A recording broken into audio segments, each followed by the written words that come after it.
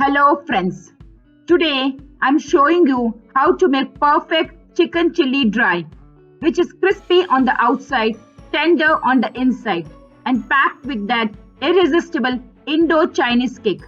Trust me, once you try this at home, you will never crave restaurant style again. Let's get cooking. I'm going to start with brining the chicken. In a bowl, take 2 cups of water, half teaspoon of salt, half teaspoon of vinegar. Whisk it well. Soak the chicken for 3 hours or overnight in the refrigerator. Please do not skip this step.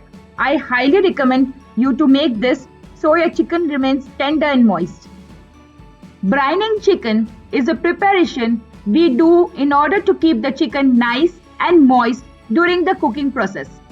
It adds flavor and keeps the chicken tender and juicy. After 3 hours, strain all the water and pat dry the chicken. For preparing chicken chili, I have taken chicken thighs and have cut into small bite-sized pieces. I'm going to do 2 marination. For the first marination, I'm adding ginger garlic paste, red chili paste, dark soya sauce, Aromat powder, white pepper powder, baking soda, salt, white vinegar and sesame oil. Mix all the ingredients thoroughly. Cover the bowl and allow the chicken to get marinated for 30 minutes. Baking soda and vinegar will keep the chicken juicy and soft. Adding Aromat powder is completely optional. After 30 minutes, I'm starting with second marination. In a bowl, take 1 egg white. Now add only half egg white to the chicken marination. Also add all-purpose flour, corn flour and now mix all the ingredients to coat the chicken well. If it's too dry, then add rest of the egg white or splash of water. Heat oil in a non-stick pan.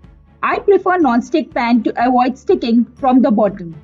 Once the oil is hot, add the marinated chicken pieces. Fry for 3 to 4 minutes each side till the chicken is golden brown and cooked thoroughly.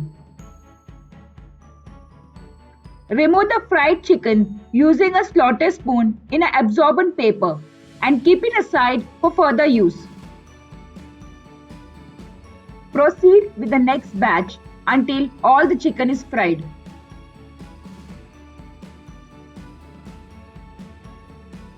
Meanwhile, I am making the sauce.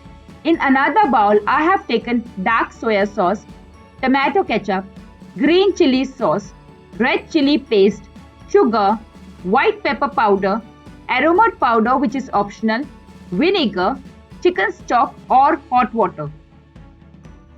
Whisk all the sauces very well. After tasting, I am going to add the salt. Whisk it and keep it ready.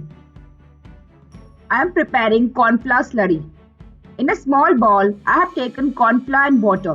Whisk it well and keep it aside for further use. I have pre-prepped the following ingredients: garlic and ginger finely chopped, red chili or green chili, spring onion greens for garnishing, onion cut it in diced, bell pepper cut it in diced, the sauce mixture and lastly corn flour slurry. Heat oil in a deep bottom pan over high heat. When oil is hot, add dried red chilies. Let the red chilies sputter well.